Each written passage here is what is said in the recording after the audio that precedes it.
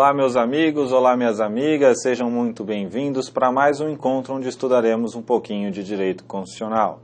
Hoje daremos continuidade, já estamos chegando ao fim dos incisos do artigo 5º do texto da Constituição, incisos muito importantes porque são objeto de questionamento em diversas provas, em diversos concursos públicos. Hoje nós daremos continuidade ao estudo desses incisos e trataremos de assuntos muito importantes, ligados à garantia dos presos.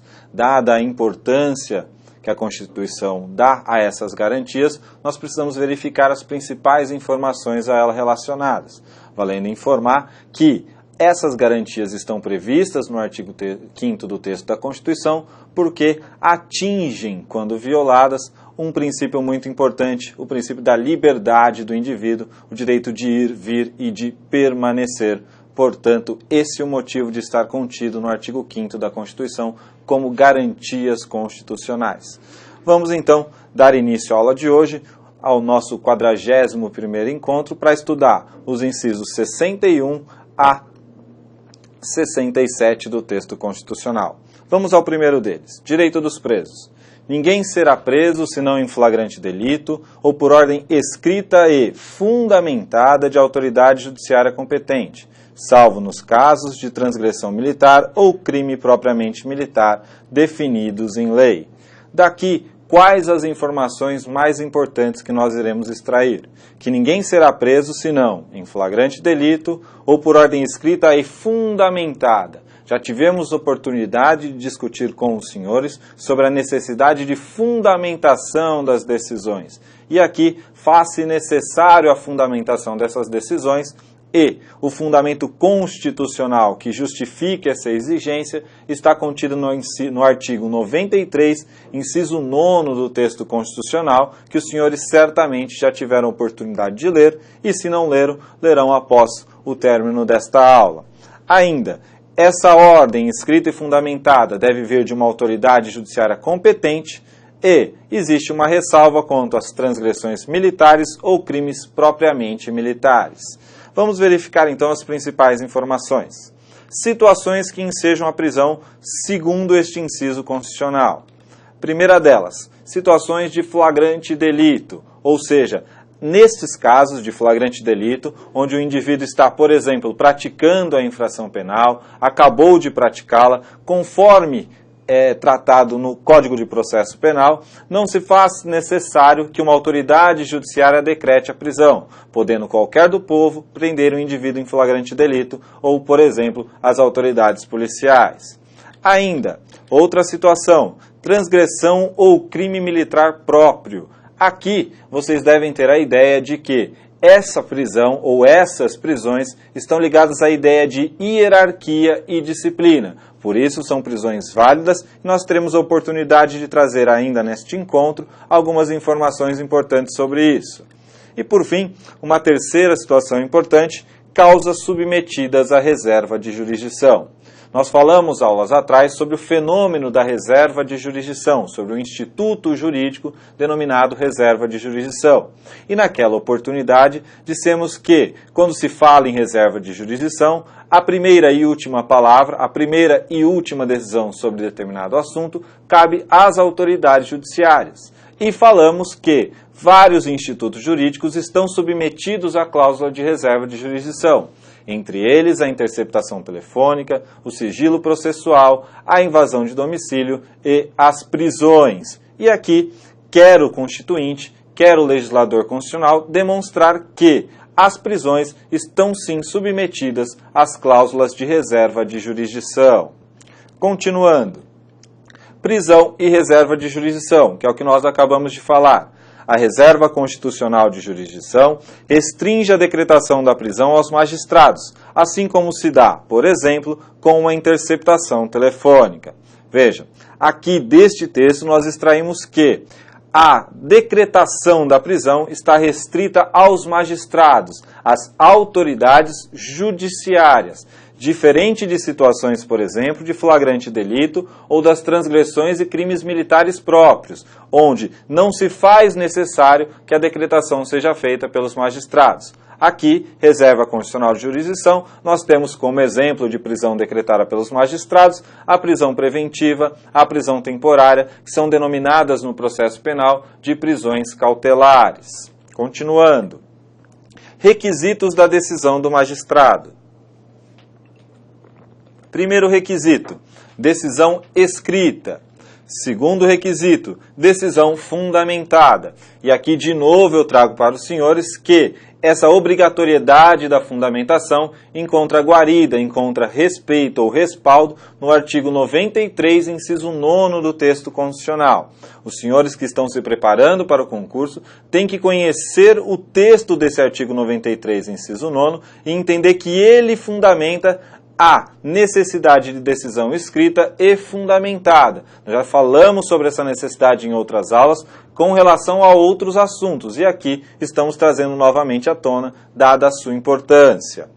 Por fim, ainda temos como requisito da decisão do magistrado que essa decisão escrita e fundamentada seja proferida por uma autoridade competente. Falamos aulas atrás, por exemplo, dos tribunais de exceção, falamos daqueles juízes que são nomeados para julgar determinados casos, situações que configuram violação a essa autoridade competente. Quando se fala de prisão e de garantia dos presos, a decisão do magistrado que decreta a prisão deve ser então escrita, fundamentada e proferida pela autoridade judiciária competente.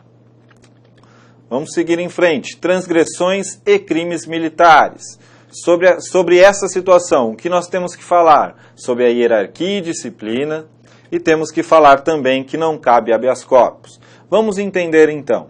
As transgressões e os crimes militares, dada a formação, a conformação das estruturas militares, das instituições militares, é fundada na hierarquia e disciplina. Violada essa hierarquia, ou havendo um ato de indisciplina, será possível as prisões ditas administrativas, prisões para coibir as transgressões e os crimes militares.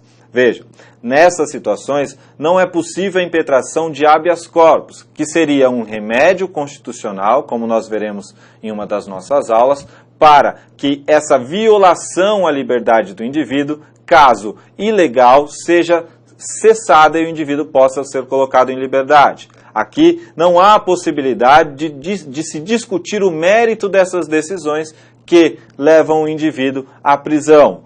No entanto, embora não caiba o habeas corpus para discutir ou decidir o mérito dessas decisões, é possível a impetração de habeas corpus para verificar a legalidade dessa decisão.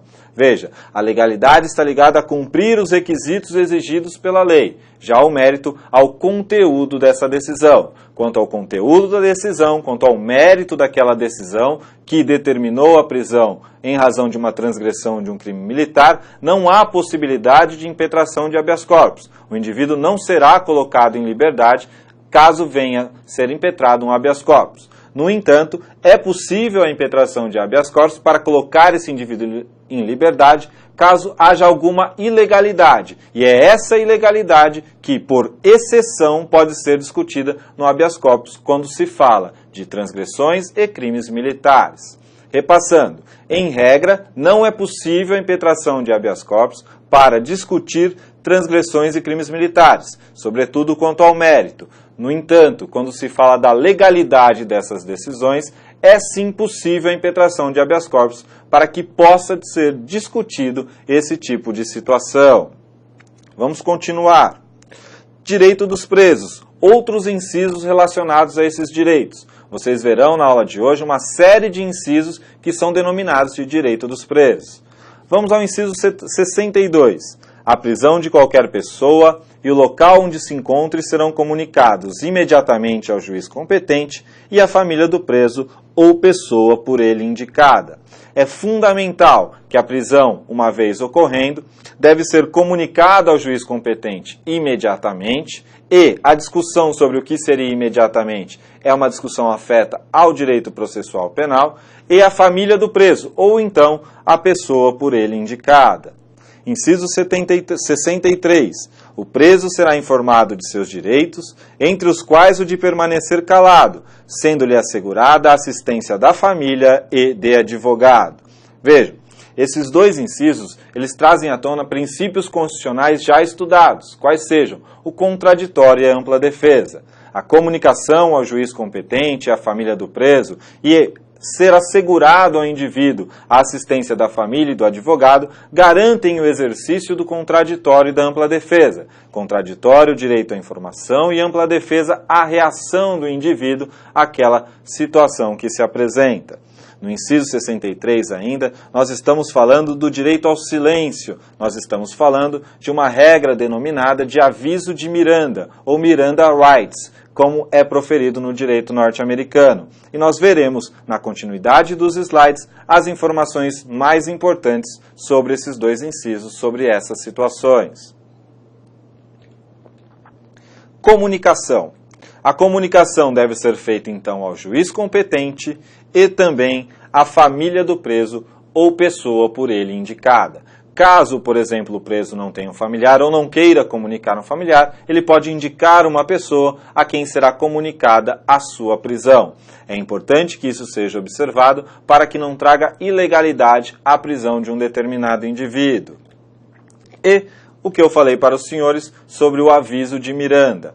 O que traz essa ideia de aviso de Miranda? Nós vemos nos filmes norte-americanos que, em decorrência das prisões, o policial geralmente diz que o indivíduo tem direito a permanecer calado, tem direito a um advogado, que tudo o que ele disser será usado contra ele no tribunal. Vejam, esse aviso de Miranda, ou Miranda Rights, é exatamente essa situação, que o indivíduo tem direito a permanecer em silêncio e é cientificado dos seus direitos. E no direito brasileiro, esse direito ao silêncio também existe e está constitucionalmente tutelado. O que se extrai, então, desse aviso de Miranda? Primeira situação, direito ao silêncio. O indivíduo pode permanecer em silêncio, se negando a proferir a responder a um determinado questionamento. Mas observem, o direito a permanecer calado, o direito ao silêncio, não está ligado ao direito de falsear a verdade, do qual é diferente. Vejam a seguinte situação: o indivíduo é preso, ele pode ficar em silêncio, no entanto, se, ao ser questionado sobre sua identidade, dá uma identidade diversa da sua, falseando a verdade, ele está, na verdade, praticando um outro crime e não está protegido pelo direito ao silêncio. Essa determinada situação, anotem no material de vocês, foi proferida em uma decisão do Supremo Tribunal Federal, qual seja, no recurso extraordinário 640.139, onde há o embate entre o direito ao silêncio e o direito de falsear a verdade. Recurso extraordinário 640.139. É um recurso importante que vocês devem ler para entender melhor essa diferença entre direito ao silêncio e direito de falsear a verdade. Ainda, princípio da não autoincriminação. Quando o indivíduo tem o direito ao silêncio, ele está protegido, ele está amparado pelo princípio da não autoincriminação, que é o direito de não proferir palavras ou de proferir um depoimento que possa autoincriminá-lo, que possa incriminá-lo sobre uma determinada situação, portanto, o princípio da não autoincriminação. Outra informação importante, nemo tenetur sede tegere, é uma expressão latina,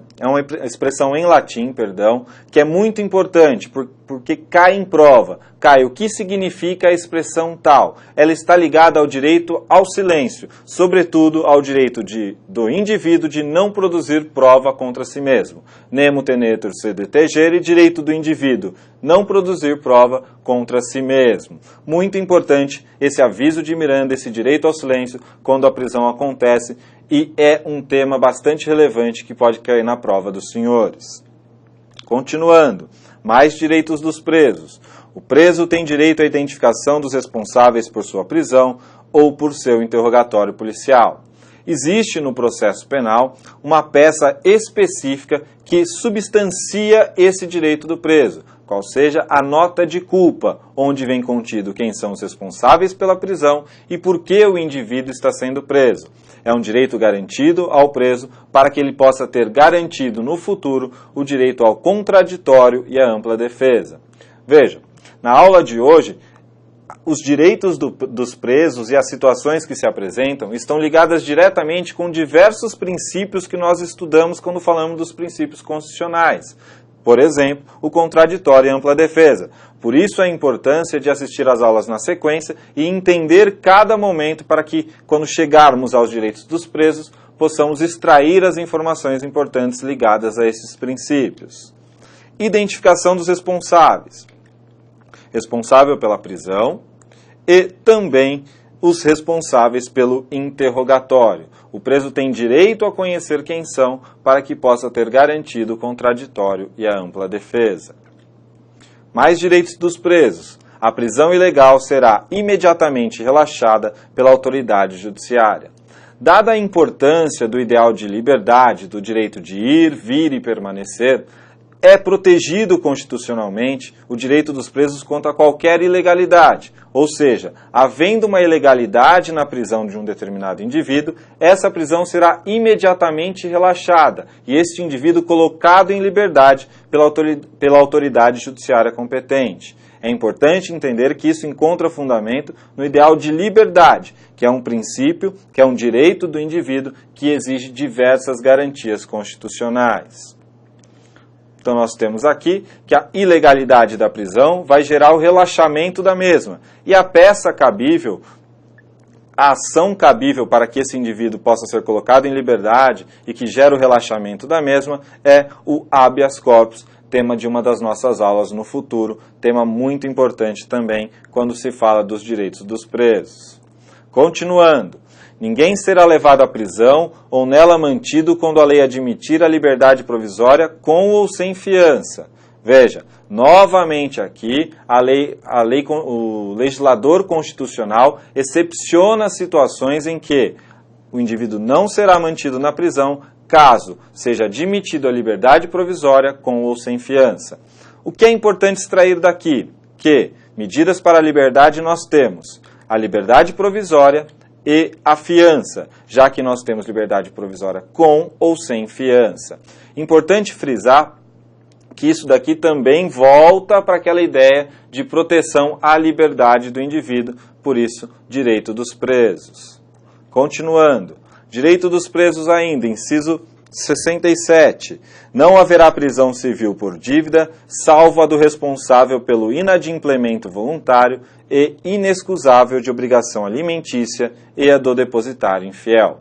Sobre este inciso, nós temos inclusive súmula vinculante, que será objeto de leitura ainda nesta aula, e é talvez o inciso mais importante do nosso encontro de hoje. Por quê? Porque este inciso sofreu algumas discussões constitucionais, sobretudo pelo Supremo Tribunal Federal, que ensejaram uma mudança de entendimento. E, portanto, quando há esse tipo de mudança de entendimento, quando há uma nova visão constitucional sobre o assunto, é fundamental conhecer as discussões, pois pode ser objeto de questionamento. Então, o que quer este inciso? Que ele traz primeiro a regra: não haverá prisão civil por dívida. Desta forma, ninguém pode ser preso por dívida. E depois, logo em seguida, ele traz duas exceções, salvo a do responsável pelo inadimplemento voluntário e inexcusável de obrigação alimentícia, que é o dever de prestar alimentos, e ainda a do depositário infiel. Então, a regra é que não há prisão civil por dívida, no entanto, o próprio legislador traz duas exceções. Vamos continuar. A prisão por dívida é possível, então, quando se fala do devedor de alimentos e do depositário infiel. No entanto, com algumas emendas constitucionais introduzidas na nossa Constituição, nós tivemos uma mudança no panorama dos tratados internacionais. E entre esses tratados internacionais, nós temos o Pacto de San José da Costa Rica.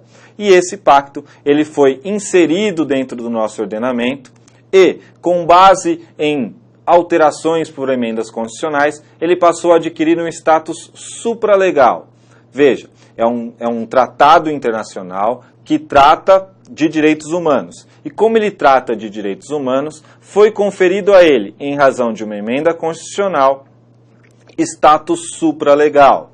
Professor, o que isso significa? Isso significa que o Pacto de San José da Costa Rica por tratar de direitos humanos e em razão da emenda constitucional, está abaixo da Constituição, no entanto, se encontra acima das demais leis do nosso ordenamento jurídico, ou seja, ele se encontra em um papel intermediário, abaixo da Constituição e acima das leis, por isso supralegal. Quando o Constituinte acabou dando esse status supralegal ao Pacto de São José da Costa Rica, esse pacto veio e anulou e vedou a possibilidade de prisão por dívida do depositário infiel. Por quê? Professor, não está contrariando a Constituição? Não. O entendimento que prevalece, até no Supremo Tribunal Federal, é de que não há contrariedade à Constituição vedar a prisão por dívida do depositário infiel com fundamento no Pacto de São José da Costa Rica. Isso se dá porque a Constituição autoriza a prisão civil por dívida do devedor de alimentos e do depositário infiel. No entanto, as situações em que isso se dará devem ser regulamentadas por lei. E como o tratado, o Pacto de São José da Costa Rica, está acima dessas leis, ele é superior hierarquicamente. E, em razão dessa superioridade, não é mais possível a prisão do depositário infiel. E só é possível, então, a prisão por dívida do devedor de alimentos. Isso cai nas provas. É fundamental entender, pois ele reúne diversos assuntos. Entre os assuntos, reúne a discussão sobre o status dos tratados internacionais, sejam eles de direitos humanos ou não, tema de uma aula futura. Aqui é importante frisar que o Pacto de São José da Costa Rica é um tratado internacional de direitos humanos e por isso tem status supralegal. Traz a ideia também da emenda constitucional que conferiu esses status e da discussão sobre o que deve prevalecer, um tratado internacional com status supralegal ou uma norma inferior à Constituição. Vamos continuar. Depositário infiel e a sequência lógica. Então nós falamos do status supralegal dos tratados, falamos do Pacto de São José da Costa Rica, que é o que vedou a prisão por dívida do depositário infiel, e também da súmula vinculante 25. Essa é a sequência lógica em que se deram esses fatos. Primeiro, era possível a prisão do depositário infiel. Com o advento de uma emenda constitucional, foi conferido ao Pacto de São José da Costa Rica, um tratado internacional de direitos humanos ao qual o Brasil aderiu, status supralegal. Como era necessário uma lei para disciplinar a prisão do depositário infiel e o Pacto de São José da Costa Rica é considerado superior hierarquicamente, há uma vedação a essa prisão do depositário infiel. E para que o tema fosse pacificado, o STF editou uma súmula, a súmula vinculante 25, que traz o seguinte texto: é ilícita a prisão civil de depositário infiel, qualquer que seja a modalidade do depósito. Vocês devem anotar ainda uma decisão do STF no HC, no habeas corpus, 87.585, onde foi vedada a prisão do depositário infiel com base nesses fundamentos.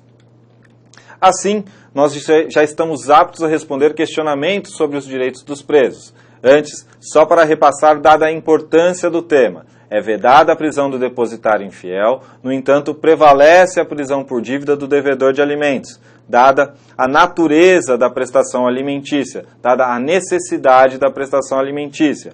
A do depositário infiel foi vedada, primeiro pelo status supralegal dos tratados internacionais de direitos humanos, entre eles o Pacto de São José da Costa Rica, e depois com o advento da súmula vinculante número 25. Vamos então às questões. A primeira delas do TRF da segunda região. Ausente a parte intimada para interrogatório, serão presumidos verdadeiros os fatos da causa sobre os quais ela seria interrogada. Vejam, essa afirmação é uma afirmação que a gente ouve muito, mas ela está incorreta. Por quê? Como o indivíduo tem o direito ao silêncio, o direito à não autoincriminação, o direito a não produzir prova contra si mesmo, se ele opta por permanecer calado, e entre esses atos de permanecer calado se encontra o de não comparecer, ele não pode ser presumido verdadeiro os fatos contra ele imputados. Muito pelo contrário, é necessário um rol de provas ou de outras provas para que possa subsidiar uma decisão da autoridade judiciária. Apenas o silêncio não é presunção de culpa de um determinado indivíduo.